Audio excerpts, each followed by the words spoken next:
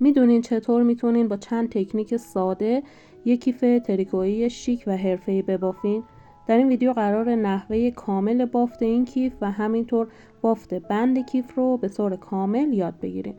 پس آخر ویدیو با من همراه باشین تا یک کیف تریکویی خاص داشته باشین. برای بافت این کیف شما میتونید از هر مارک تریکویی که مد نظرتون هست استفاده کنید. من از تریکوی بوبینی و قلاب شماره 8 استفاده میکنم. خب برای شروع کار ما 9 تا زنجیره باید بزنیم. ببینید تریکو رو مثل نخهای دیگه، حالا خیلی عادت دارم، من خودم همین هستم، باید نخ رو کامل دور دستم بپیچم و ببافم، ولی تریکو به این صورت نیست. تریکو رو شما فقط لای این دو تا انگشت باید قرار بدین و شروع به بافتن کنید. خب برای شروع کار گفتم ما باید 8 تا زنجیره بزنیم.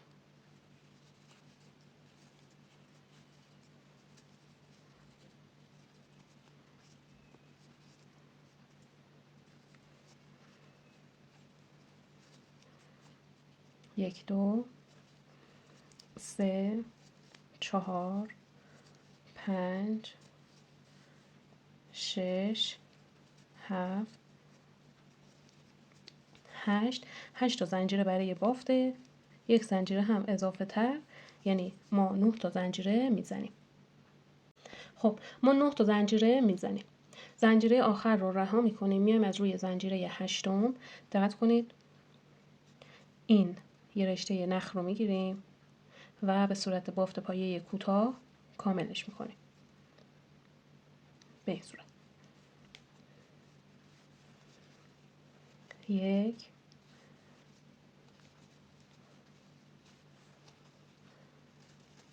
2، روی تمامی پایه ها یه دونه بافت پایه کوتاه میزنیم. به این صورت. خب من الان رسیدم به آخرین پایه که اینجا هست.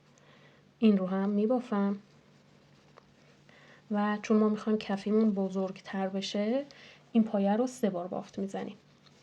ببینید یه دونه من الان بافتم، 2 تای دیگه دقیق داخل همین فضا میبافم.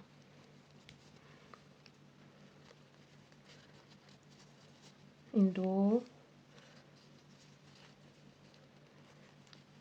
این هم 3.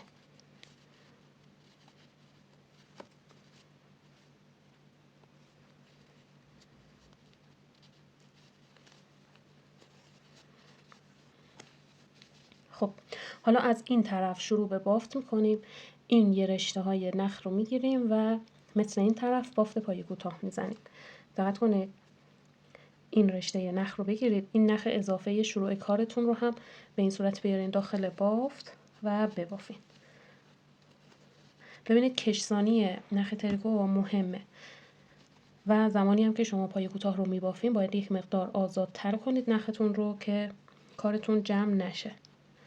قلاب هم متناسب با نخ اصولا از سایز 6 یا 8 استفاده میکنن دیگه. حالا باید ببینید اگر دستتون سفته از قلاب شماره 8، اگر شل میبافین از قلاب شماره 6 استفاده کنید.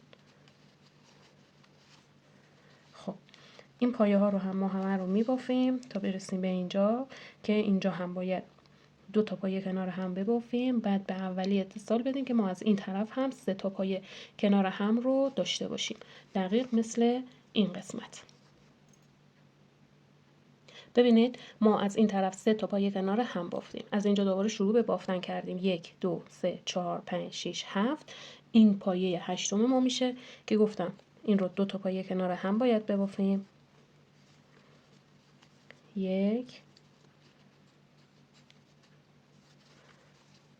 این هم 2. حالا میایم به اولین پایه‌ای که بافتیم، از این زیر قلاب رو زیر این 2 تا پایه میبریم و با پایه بست قسمت رو اتصال میدیم. به این صورت میشه بافت ما از 2 طرف، یعنی اینجا و اینجا 3 تا پایه کنار هم داریم. 1، 2، 3. از این طرف هم 1، 2، 3. خب حالا میخوایم رج بعد رو شروع کنیم. رج بعد روی این پایه ها هر کدوم یکی یه دونه میبافیم. فقط به قسمت های کناره که میبافیم این رو افزایش میدیم، یعنی روی هر پایه رو 2 بار بافت میزنیم که کفی ما بزرگ بشه. خب برای این کار شما میایین روی این پایه، یعنی اینجا این دو رشته نخ رو میگیرین و به صورت بافت پایه کوتاه کاملش میکنین. 1 2 3. دقت کنید این پایه ها رو همه رو ببافین تا برسیم به این قسمت. و این بافت ما بافت پایه کوتاه هست. یه وقت با بافت گندمی اشتباه نگیرید. ما زمانی که سبد های تریکویی میبافیم یا بعضی از کیف های تریکویی رو که میبافیم به صورت گندمی میبافیم، یعنی میایم روی پایه رج قبل وسط پایه، یعنی اینجا بافت میزنیم. ولی این کیف مدلش طوریه که به صورت بافت پایه کوتاه معمولی میبافیم، یعنی از این قسمت ما نخ میکشیم و بافت میزنیم. به این صورت میشه بافت ما. الان رسیدیم به این 3 تا پایه‌ای که اینجا داریم. روی هر پایه 2 تا بافت میزنیم، 2 تا کنار هم. این 1 و این 2. میایم روی پایه بعدی 1 و 2. روی پایه بعدی 1 و این هم 2. خب این پایه ها رو به صورت تک میبافیم، یعنی روی هر پایه یه دونه، تا برسیم به این طرف بافت که از اینجا هم 3 تا پایه کنار هم داشتیم. ببینید ما از اینجا کار رو افزایش دادیم، کفیمون هم پهن‌تر شده. خب به این 3 تا پایه هم رسیدین. مثل این قسمت روی هر پایه 2 تا بافت میزنید که کار بزرگ بشه. یکی دیگه هم دقیق کنار همین. 2. روی پایه بعدی 1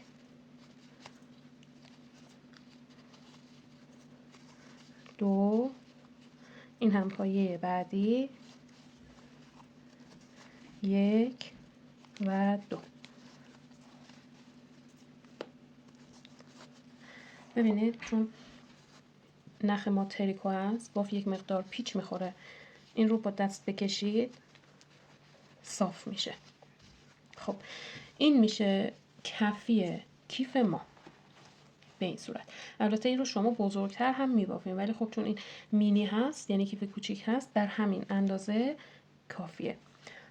حالا شروع میکنیم روی تمامی پایه هایی که داریم یکی یه دونه بافت پایه کوتاه میزنیم. از این قسمت ها هم دیگه ما کار رو افزایش نمیدیم، یعنی روی هر پایه که از اینجا کار رو شروع کردیم روی هر کدوم یه دونه بافت میزنیم. حتی این قسمت ها رو، این طرف رو هم به همین صورت، این یک طرف رو هم به همین صورت، تا دوباره برسیم به سر رجمون. ببینید برای این قسمت لازم نیست که به پایه بست بزنید، چون بافتتون حالت پلکانی میشه. وقتی این 2 تا پایه آخر رو کنار هم بافتین، میاین روی این پایه قلاب رو زیر 2 رشته نخ میبرین و به صورت بافت پایه کوتاه اینجا رو کامل میکنین.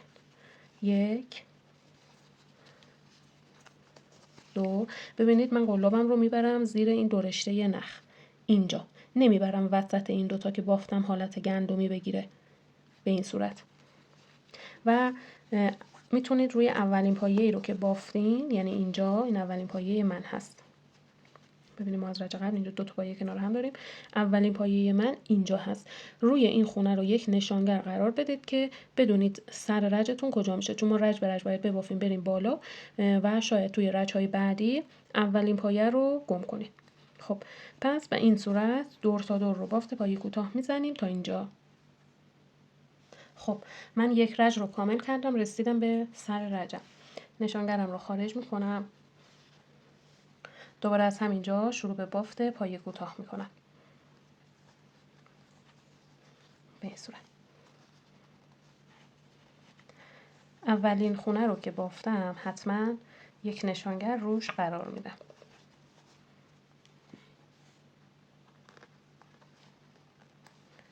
دوباره شروع میکنم، دور تا دور رو بافت پایه کوتاه میزنم تا برسم به اینجا که شروع رجم بوده.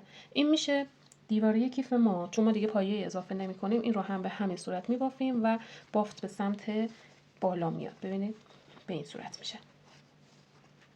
حالا این رو تا اندازه‌ای که دوست دارین می بافین. بعد میریم شروع میکنیم که بند کیفمون رو کاملش کنیم. ببینید دوستان من دیواره کیف رو بافتم. اگر از قسمت کفی بخوایم حساب کنیم نکنید اینجا کفی اولین رج ما هست. 1 2 3 4 5 6 7 8 رج بافتم. اینجا شروع رجمون بوده. بعد از اینکه ما این دیواره رو بافتیم حالا نخ رو قطع میکنیم. از داخل بافتین رو آزاد کنیم و به اولین خونه از سمت داخل به این صورت اتصال بدیم. ببینید این نخ تریکو رو شما میتونید از داخل بافت از لابلای این نخهایی که دارین این رو عبور بدین که کاملا سفت بشه.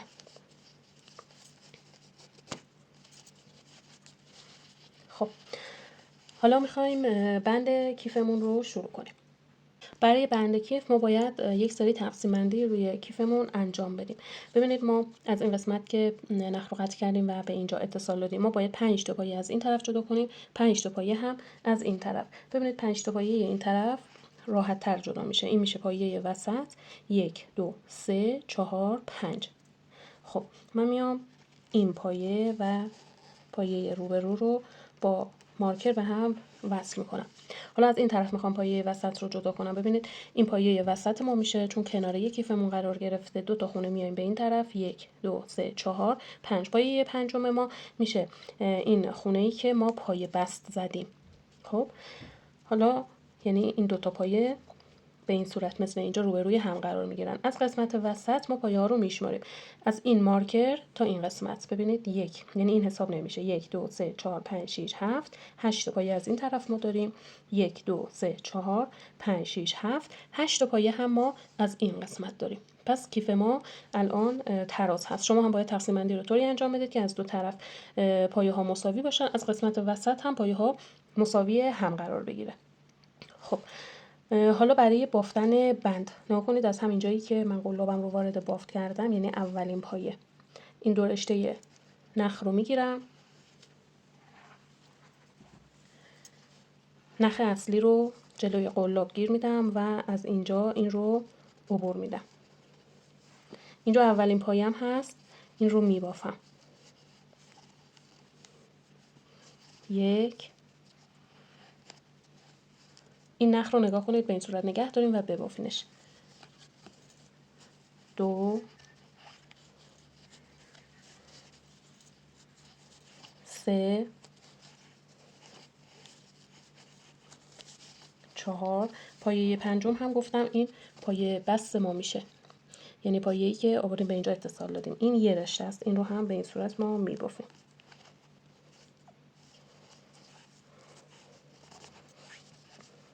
ببینید 1 2 3 4 و 5. خب اینجا رو دقت کنید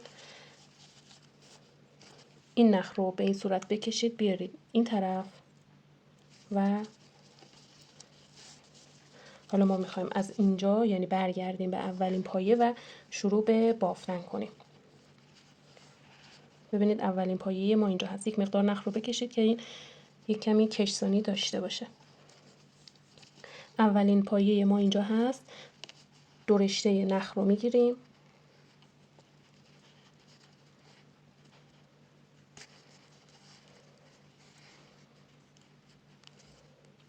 حالا با نخ اصلی این رو یکی میکنیم به این صورت. این یک یعنی ما 5 تا پایه باید اینجا ببافیم. این یک حتما دو رشته نخ رو بگیریم. این 2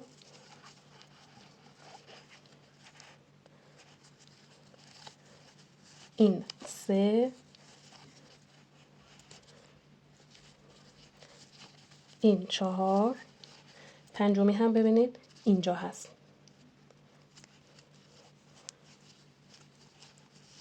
این هم پایه پنجم.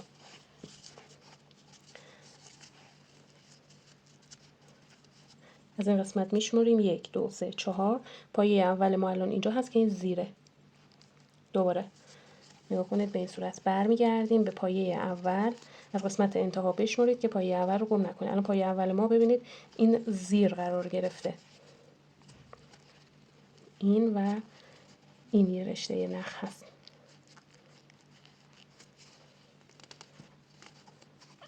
یک، دو، سه، چهار، پنج. ببینید این و رشته نخی که حالا رفته این زیر.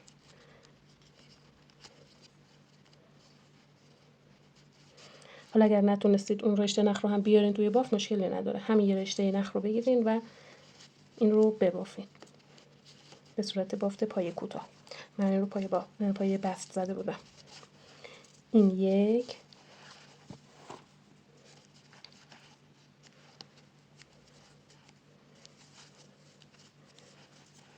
دو،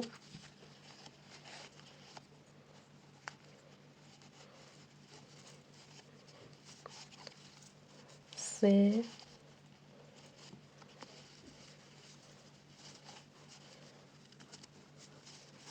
چهار و این هم پایه پنجم.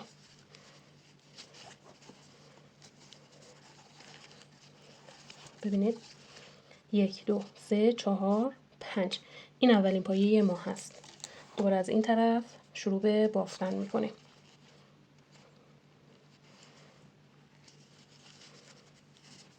یک،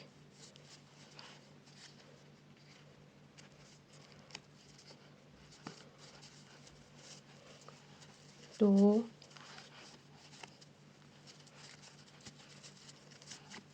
سه،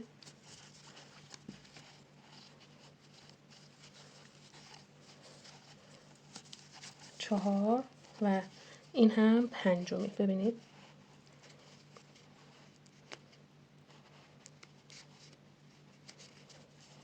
این هم پایه پنجم. یک، دو، سه، چهار. ببینید پایه اول ما الان اینجا هست که این زیره. ببینید این پایه و این میشه، یعنی این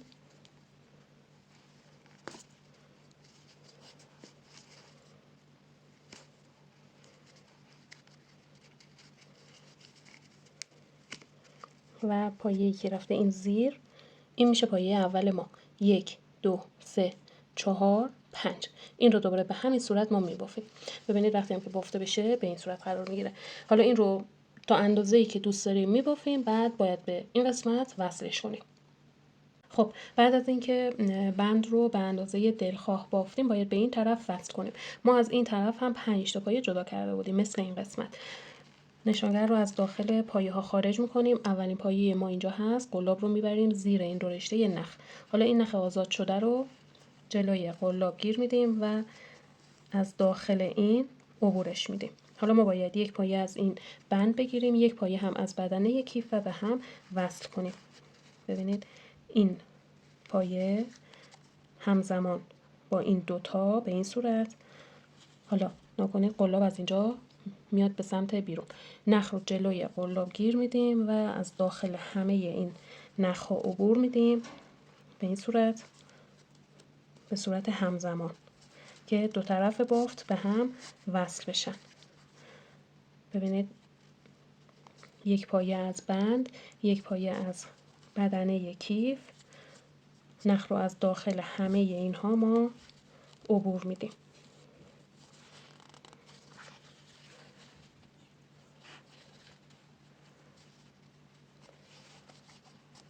به این صورت. خب تا 4 تا رو وصل کنید فکر کنم کافی باشه. حالا باز خودتون باید نگاه کنید ببینید که آیا لازم هست پنجمی هم وصل بشه یا نه. خب وصل بشه بهتره. خب ما 4 تا رو وصل کردیم. الان نکنید پایه پنجم ما این پایه هست. این دوتا نخ رو میگیریم، از اینجا هم این پایه میشه. حالا نخ رو از داخل همه اینا به صورت همزمان عبور میدیم.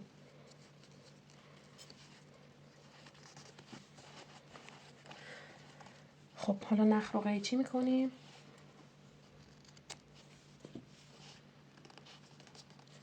رو میکشیم که از داخل بافت آزاد بشه. از سمت زیر این نخ رو میکشیم به سمت داخل کیف و مثل این قسمت لابلای بافت این قسمت ها رو ما به این صورت پنهانش میکنیم. خب این هم از آموزش این کیف زیبامون. این نخهای اضافه رو از لابلای بافتاتون پنهان کنید که کارتون تمیز در بیاد و امیدوارم که از آموزش این مینی بگ زیبامون لذت برده باشین. ازتون ممنونم که تا اینجای آموزش با من همراه بودین. خوشحال میشم که پست رو لایک کنید، چون لایک کردن شما باعث میشه که این پست به افراد بیشتری نشون داده بشه و کانال رو برای دیدن آموزش‌های بیشتر سابسکرایب کنید. ممنون از همتون.